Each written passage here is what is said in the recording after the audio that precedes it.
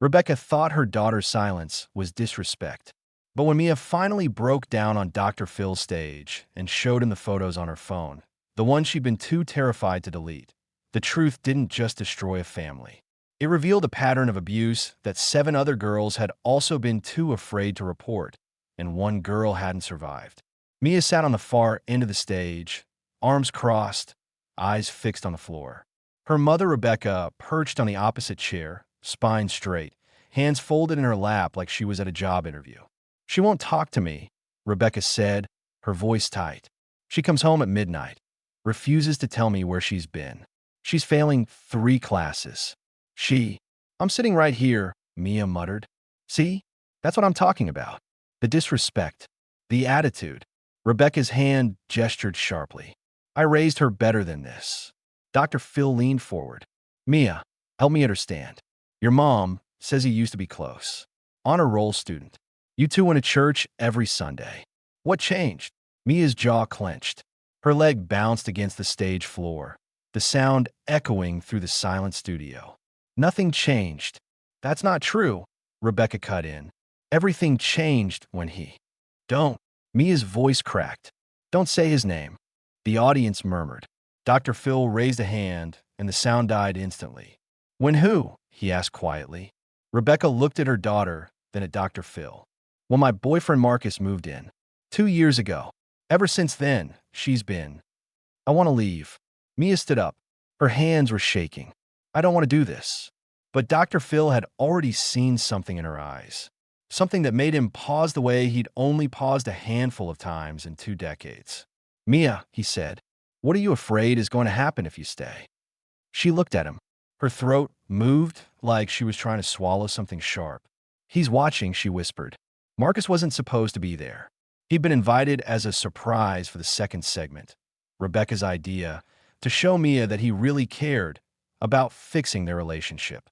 Now he sat in the green room, watching the monitor. On stage, Dr. Phil's voice had dropped to that register he used when something wasn't adding up.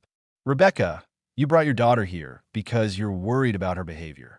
But she just said he's watching. Who is she talking about?" I don't know. She's been paranoid lately, making accusations that aren't." "What accusations?" Rebecca's face flushed. She said Marcus makes her uncomfortable. "But he would never." "Mom, stop." Mia's voice was louder now. Desperate. "Just stop lying." "I'm not lying." "You know." Mia's hands balled into fists. "You know what he does, and you just let him." Her voice broke. The audience was dead silent. You could hear the ventilation system humming. Dr. Phil stood up. He walked to Mia's chair and crouched beside it, his voice low enough that the microphones barely caught it. "What does he do, Mia?" She looked at her mother. Rebecca's face had gone pale. "He comes into my room," Mia whispered. "At night, when you're asleep." The air in the studio changed. Rebecca's mouth opened. "Closed." He wouldn't." "He takes pictures," Mia continued, her voice hollow now. "Mechanical. Of me. While I'm sleeping. Sometimes he—" She stopped. Swallowed. "I pretended to be asleep. I didn't know what else to do. But that wasn't even the worst part. If you've ever felt trapped in your own home, drop in the comments. Because what Mia's about to reveal isn't just about her. It's about 7 other girls who made the same impossible choice she did." Dr. Phil's face had gone from concerned to something harder. Something colder. "Mia, do you have proof of what you're telling me?" She nodded. Her hand moved to her pocket, trembling. She pulled out her phone, unlocked it, and held it out. Dr. Phil took it. His eyes scanned the screen. Once. Twice. Then he looked up at the production booth and made a cutting motion across his throat. "We need to stop filming," he said. "Right now." The cameras didn't stop. They never really do. But what happened next wasn't captured by the broadcast. Dr. Phil turned the phone toward Rebecca. Her hand flew to her mouth. "Those are—" She couldn't finish the sentence. "Those are pictures of, oh my God." "Of me," Mia said flatly. "There's 247 of them. I counted." Rebecca started crying. Not the gentle tears of a concerned mother. The gasping, choking sobs of someone whose entire reality was collapsing. "Why didn't you tell me?" she screamed. "Why didn't you say something?" Mia's laugh was bitter, sharp as broken glass. I tried. 3 times. You told me I was being dramatic. That Marcus was a good man. That I should be grateful someone was willing to help raise me after Dad left. I didn't know. Yes, you did. Mia's voice was steady now. Certain. The night I showed you the bruise on my arm. You saw it. You asked him about it. And he said I fell off my bike. She paused. I haven't owned a bike since I was 12, Mom. Dr. Phil had stepped back. He was on his phone now, speaking in low tones. Security. Police. Maybe both. Rebecca was shaking her head, hands over her ears like she could block out the truth. Where is he? Dr. Phil asked, turning back to them. Where's Marcus right now? Rebecca's eyes widened. He's here, Mia said quietly. In the green room. You invited him, remember? And that's when the real horror started. Marcus was escorted onto the stage in handcuffs. Not by security, by 2 police officers who'd been called the moment Dr. Phil saw the photos. He didn't look like a monster. That was the thing. He looked like a youth pastor. Clean-cut, soft-spoken. The kind of man who'd help you change a tire. This is insane, he said calmly. Those pictures, that's not what it looks like. I was checking on her, making sure she was safe. At 2 a.m., Dr. Phil's voice could have cut steel. In her bedroom? With a camera? I can explain. Don't. Mia stood up. She walked toward him, and everyone in the studio tensed. Don't you dare lie. Not here. Not in front of everyone. Marcus's calm facade cracked. Just a little. His eyes darted to the exits.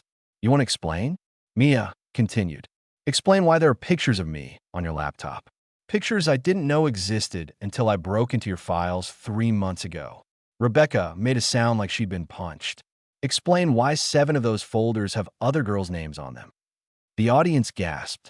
Dr. Phil's hand tightened on his note cards. Explain why one of those folders is labeled Cassidy, the girl who went missing from your youth group 2 years ago. The studio went silent. The kind of silence that feels like the air has been sucked out of the room. Marcus's face drained of color. I don't know any Cassidy. Liar Mia Aisid. I saw the pictures. I saw the videos. I saw. Her voice broke. She turned away, her shoulders shaking. One of the officers stepped forward, his hand on Marcus's shoulder. We're going to need to take you in for questioning. As they let him off stage, Marcus looked at Rebecca. Baby, tell them. Tell them this is a misunderstanding. Rebecca just stared at him. Her face was empty. Hollow. I let him sleep in my house, she whispered. I let him near my daughter. But the story didn't end there. Because Mia had one more thing to say. After Marcus was taken away, after the police had Mia's phone as evidence, after the audience had been ushered out in stunned silence, Dr. Phil sat back down across from Rebecca and Mia. Why now? He asked Mia gently. Why did you agree to come on the show if you knew this would happen? Mia wiped her eyes. Because of Cassidy. I found an article about her. She went missing 6 months after she told someone at church that Marcus made her uncomfortable. No one believed her. Her voice hardened, and then she was gone. You think he... I don't think. I know. Mia pulled out a folded piece of paper from her pocket. I found this in his desk. It's a letter. From Cassidy. Dated 3 days before she disappeared. Dr. Phil unfolded it. His hands were steady, but his face had gone pale. He read it aloud. I can't keep doing this. I can't keep pretending everything is fine. If you're reading this, it means something happened to me. Marcus Reynolds is not who everyone thinks he is. Please, someone has to stop him. Rebecca made a choking sound. She stood up, walked to the edge of the stage, and vomited into a trash can. Mia didn't move. She just sat there, staring at nothing. I could have stopped him, she said quietly. If I'd been braver. If I'd said something sooner. Maybe Cassidy would still be. No.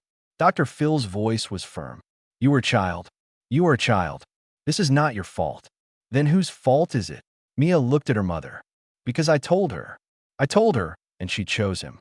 Rebecca collapsed back into her chair. I thought you were just acting out. You thought wrong. Mia's voice was empty.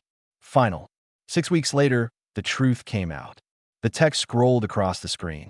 Marcus Reynolds was charged with multiple counts of child exploitation and sexual abuse. DNA evidence linked him to the disappearance of Cassidy Morgan, whose remains were found on property he owned. 7 additional victims came forward after Mia's episode aired. Rebecca entered intensive therapy and lost custody of Mia, who now lives with her aunt in Oregon. The camera cut back to Dr. Phil in his office. "I've been doing this show for 21 years, he said, looking directly into the camera. "I've seen families broken by addiction, by lies, by betrayal. But this case," he paused. "This case reminded me that evil doesn't always announce itself. Sometimes it moves into your home, eats dinner at your table, goes to church with you on Sundays." He leaned forward. "And sometimes the people we love most are the ones who need us to believe them when they whisper the truth we don't want to hear." The screen showed a photo. Mia, 6 weeks after the taping, smiling slightly. She was holding a college acceptance letter. Mia's bravery didn't just save herself, Dr. Phil continued. It saved every girl Marcus would have hurt next. And it brought justice for Cassidy, a girl whose voice was silenced, but whose truth finally came to light. Here's my question for you. If someone you loved told you something impossible about someone you trusted, would you believe the person you love or the person you want to trust? Because Rebecca made her choice, and it cost her daughter 6 years of safety. Drop your answer below. And if you want to see the follow-up episode where Mia confronted her mother 1 year later, that story is even harder to watch. Link in the description. Remember, believe the victims, even when it's inconvenient, even when it's painful, even when it destroys everything you thought you knew.